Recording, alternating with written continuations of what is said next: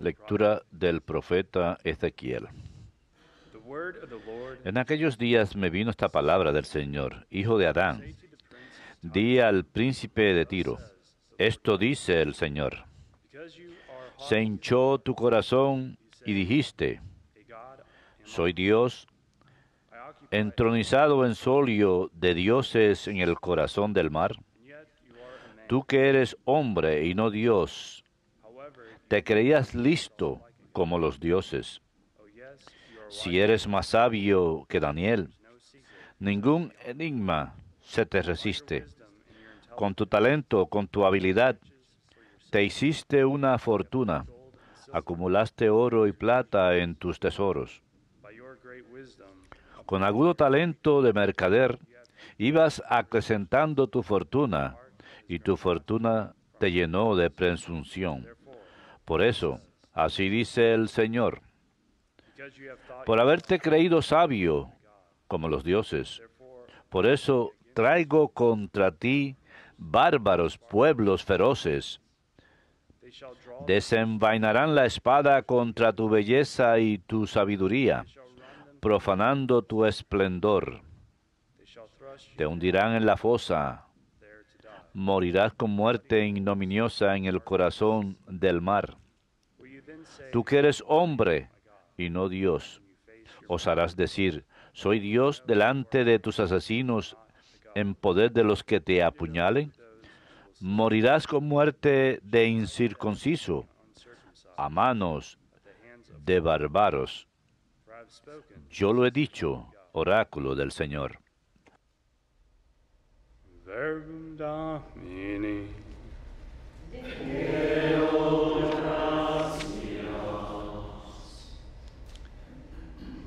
It is I who deal death and give life. Yo doy la muerte y la vida. Yo doy la muerte y la vida. Yo pensaba, voy a dispersarlos y a borrar su memoria entre los hombres. Pero no, que temo la jactancia del enemigo y la mala interpretación del adversario. Yo doy la muerte y la vida. Y dirán, nuestra mano ha vencido. No es el Señor quien lo ha hecho, porque son una nación que ha perdido el juicio. ¿Cómo es? Yo doy la muerte y la vida. ¿Cómo es que uno persigue a 1000 y dos ponen en fuga a 10,000? ¿No es porque su roca los ha vencido? ¿Porque el Señor los ha entregado? Yo doy la muerte y la vida. El día de su perdición se acerca, y su suerte se apresura, porque el Señor defenderá a su pueblo, y tendrá compasión de sus siervos. Yo doy la muerte y la vida.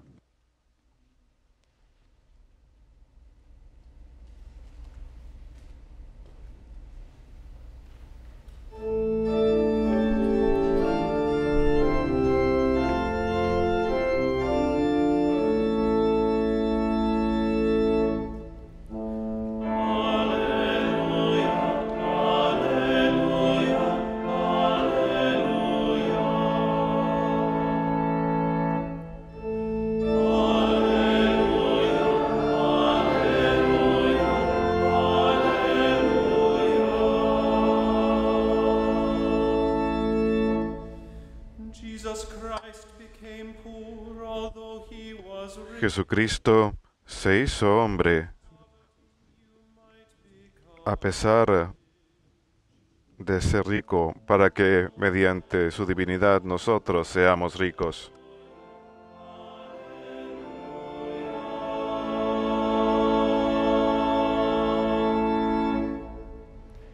Dominus vobiscum.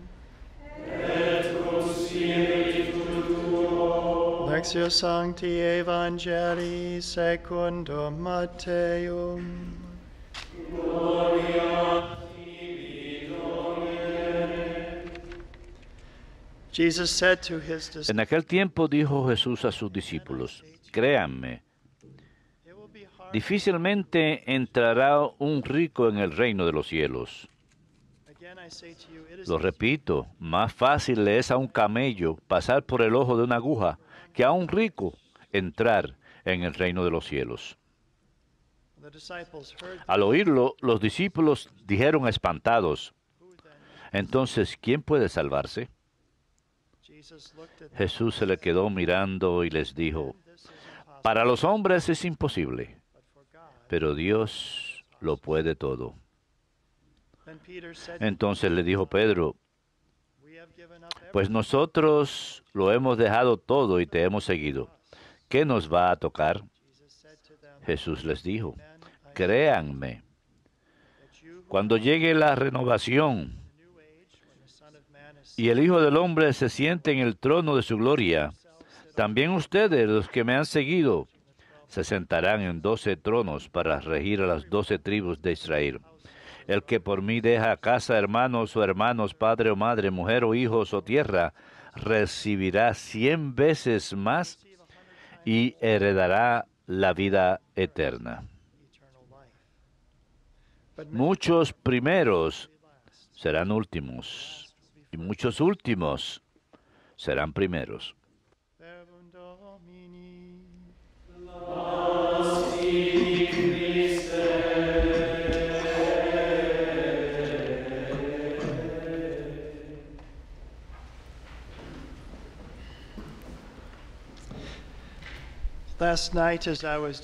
Anoche, cuando estaba haciendo un poco de investigación acerca de nuestro santo de hoy, el Papa San Pío X, me encontré con una grabación de video de él cuando estaba caminando por el jardín del Vaticano. Él estaba conversando con, parece, uno de los cardenales, caminando por el jardín. Y lo que llama la atención de esa grabación de video del Papa San Pío X es la blancura. Por supuesto, está vestido con su casulla blanca, tiene el cabello completamente blanco y está hablando vigorosamente con este cardenal en los jardines del Vaticano. Y se dice que cuando el Papa San Pío X murió, uno de los cardenales dijo que el alma más blanca en este mundo manchado de sangre ha fallecido, porque fue poco después del comienzo de la Primera Guerra Mundial que entristeció mucho al Papa San Pío X, y se cuenta que él siempre se le veía triste después de ello, cuando veía estos diferentes países que estaban luchando, y él decía, deseo dar mi vida por los soldados en el campo de batalla, y poco después de ello fue que falleció, el 20 de agosto de 1914. Pero tenía una gran humildad, su alma era muy hermosa, en cierta forma, por lo menos, uno puede percibir incluso en esta breve filmación que uno puede encontrar en Internet. Y se dice hoy en día que no hay nada que sea tan triste para Dios o para el hombre que el orgullo, la soberbia, la arrogancia. Y es el primer reproche que escuchamos en la primera lectura de hoy del libro del profeta Ezequiel. Jerusalén se había visto devastada, había sido destruida por los caldeos, y las demás naciones se regodeaban por ello. Las demás naciones que rodeaban a Israel se regodeaban de ello e incluso se aprovechaban de ello. Robaban a la gente que habían sufrido esta devastación. Así que Ezequiel presenta profecías para estas diferentes naciones, y la que tenemos hoy es para Tiro, que había estado al noroeste. Así que al príncipe de Tiro le dice esto: esto dice el Señor Dios. Se hinchó tu corazón y dijiste, soy Dios, entronizado en solío de dioses en el corazón del mar. Tú que eres hombre y no Dios, te creías listo como los dioses. Que ellos también habrían de sufrir devastación, así como Jerusalén había sufrido. Así que no hay nada tan triste para Dios o para el hombre que la soberbia y la arrogancia, pero no hay nada más atractivo que la humildad, la compasión, la caridad, tanto para Dios como para el hombre. Recordemos las palabras de la Virgen. Soy la humilde sierva del Señor. Aquel que es todopoderoso ha hecho grandes cosas, ha mirado a su sierva en su humildad. Aquel que es poderoso ha hecho grandes cosas por mí.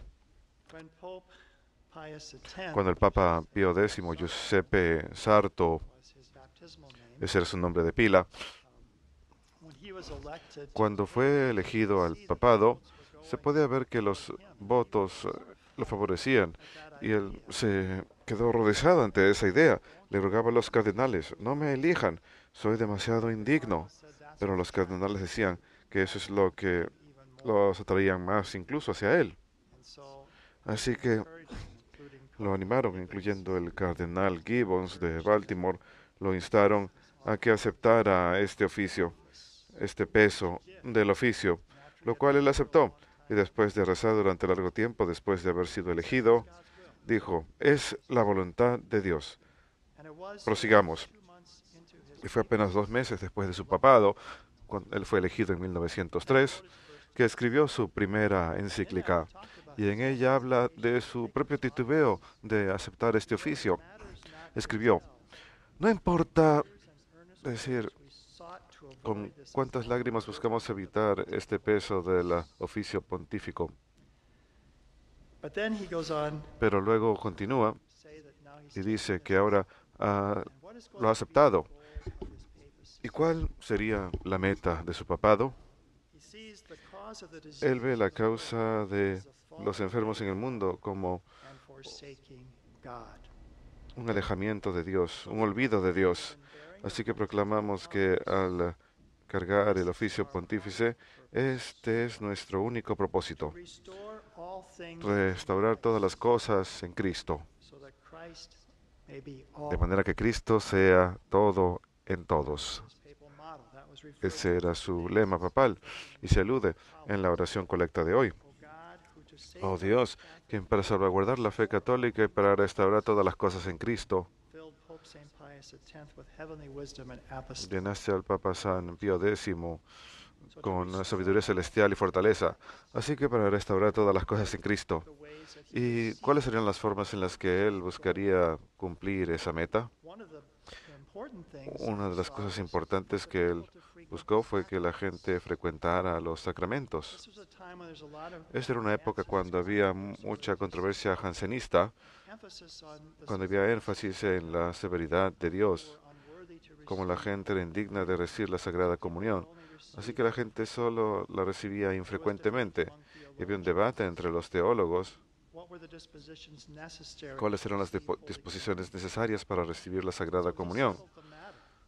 Así que él resolvió el asunto cuando dijo que la Sagrada Comunión frecuente y diaria era una cosa que desea nuestro Señor Jesucristo y la Iglesia Católica, y debe estar disponible para todos los fieles, sin importar el rango y condición de vida, para que nadie que esté en estado de gracia no estén en pecado, que no estén en pecado mortal, nadie que esté en estado de gracia y que acuda a la Santa Mesa con correctas y devotas intenciones, les pueda ser rechazado. Así que hay que estar libre del pecado mortal, y lo ideal sería que uno también esté libre de pecado venial, pero lo importante es también que tengan la intención de evitar pecado en el futuro. Y exhortaba a los fieles a que aceptaran la comunión de manera frecuente. Una de mis citas favoritas de él con respecto a la Sagrada Comunión es cuando habla acerca de cómo podemos emprender el camino al cielo. ¿Cuál es el camino más corto a la vida eterna? Esa era la pregunta del joven rico ayer, y el Evangelio de hoy nos cuenta como Pedro dice, bueno, lo hemos dejado todo para seguirte, Señor. ¿Qué vamos a recibir? El Señor dice, podrías recibir incluso 100 veces en esta vida, pero has de heredar la vida eterna. Así que el Papa San Pío X dijo, La Sagrada Comunión es el camino más corto y más seguro al cielo, porque es comunión con el Señor resucitado. Ya es una prefiguración de la vida eterna. Y luego continúa y dice, hay otros caminos al cielo, por ejemplo, la inocencia, pero eso es para los niños pequeños. La penitencia, pero le tenemos miedo. Generoso soporte de las tribulaciones en la vida, pero cuando lo hacemos, lloramos y pedimos que sean alejadas de nosotros. Queridos hijos, la forma más corta y segura es mediante la Eucaristía. Es muy fácil de acudir a la Santa Mesa y ahí saborear las alegrías del paraíso. Piensen en esa frase cuando reciban la Sagrada Comunión el día de hoy. Y aquellos que no están en misa el día de hoy, cada vez que reciban la Sagrada Comunión, cuando el Papa San Pío X dice esto, que ahí hemos de saborear las alegrías del paraíso. Y esta devoción de la Eucaristía, esta recepción frecuente de la Sagrada Comunión, dice él, es la forma más segura al cielo. Hay una historia de una mujer inglesa que llevó a su hijo de 4 años y le pidió al Papa que lo bendiga. Los niños se veían simplemente atraídos a él. Estas almas inocentes y blancas se veían atraídas a esta alma blanca del Santo Padre, el Papa San Pío X.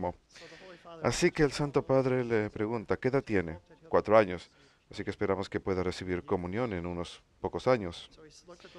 Así que miró al niñito y le dijo, ¿a quién recibes cuando recibes la Sagrada Comunión? A Jesús. ¿Y quién es Jesús? Dios. El Papa le dijo a la madre, tráigalo aquí mañana, le daré su primera comunión yo mismo. Fue algo que le encantaba, que fueran capaces de entender las sencillas verdades de la fe. Y era suficiente porque cuando él disminuyó la edad, alrededor de los 7 años, pero incluso algunos podían ser más jóvenes, él quería que tuviesen esa protección, ese apoyo, ese escudo, como solía llamarle, para que los protegiera de muchos de los peligros a sus almas y a su vida espiritual. Él quería que también se beneficiaran de la Sagrada Eucaristía. Él también tenía un gran amor por la música sacra. Hay diferentes cosas que estaban ocurriendo en aquel entonces con la música teatral y todas esas cosas. Él solía hablar, de hecho, él emitió una carta por su propia iniciativa, a moto propio, acerca de la música sacra. Y él decía, nada debe tener lugar en la iglesia que sea indigno de la casa de oración y la majestuosidad de Dios. La meta de la música sacra es añadir mayor eficacia a las palabras.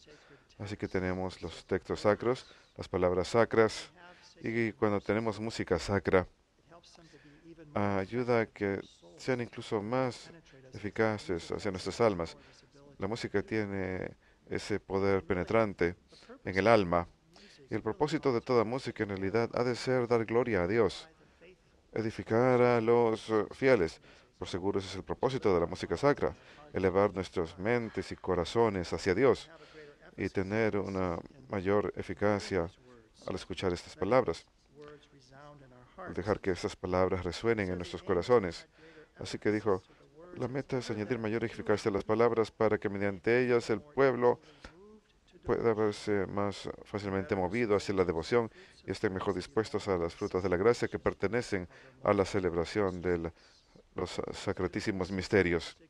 Así que la música sacra que tratamos de añadir aquí hermosamente en la misa televisiva nos ayuda a ingresar a estos misterios sacros más fácilmente y a pensar en aquel hermoso himno de alabanza, aquel canto nuevo de los fieles que se canta para toda la eternidad en el cielo. Y finalmente dijo, debe ser santa, debe ser arte verdadero y debe ser universal. y cómo estas cualidades han de encontrarse en el mayor grado en el canto gregoriano. Mientras más cercana es la composición de la música de la iglesia al canto gregoriano, más litúrgico y sacro es. Y mientras más alejado está, menos digno es del templo.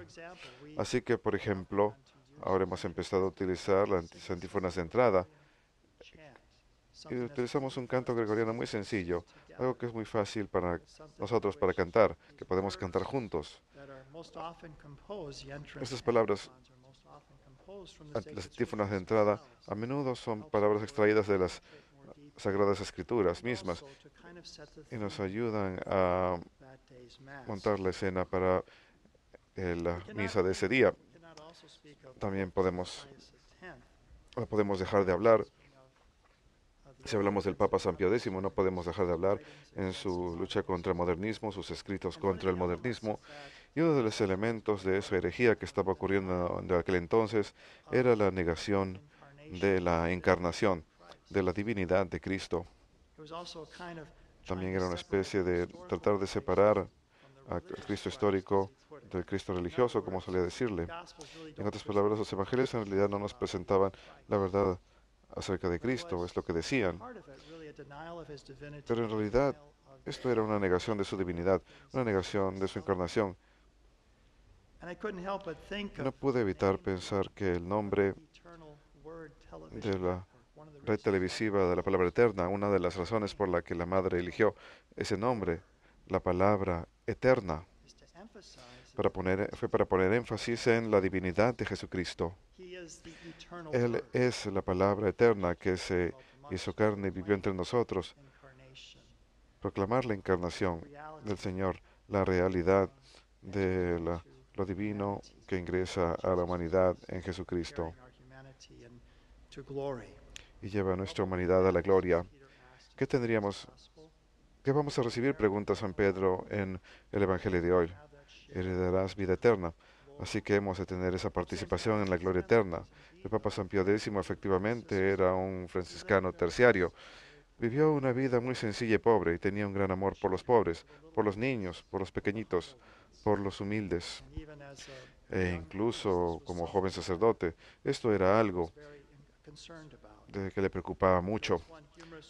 Se cuenta una historia amorosa de su cocinera que había cocinado algo y ella volvió a la olla y se había desaparecido la carne. Dijo, ¿dónde se fue la carne? Quizás el gato se la llevó. Dijo, bueno, el gato no sacó la tapa de la olla para sacar la carne. Era que se la había dado a alguien que había tocado la puerta, que tenía necesidad. Él también trabajó para la reforma del clero. Y un punto final, ahora que llegó al final, con respecto a las horribles cosas que están siendo relatadas en el escándalo que muchos de los fieles sufren el día de hoy. Creo que hay tres formas en que podemos responder a esta crisis presente y el escándalo en la iglesia. Número uno, podemos decir, bueno, sigamos con el status quo, la forma en que las cosas son.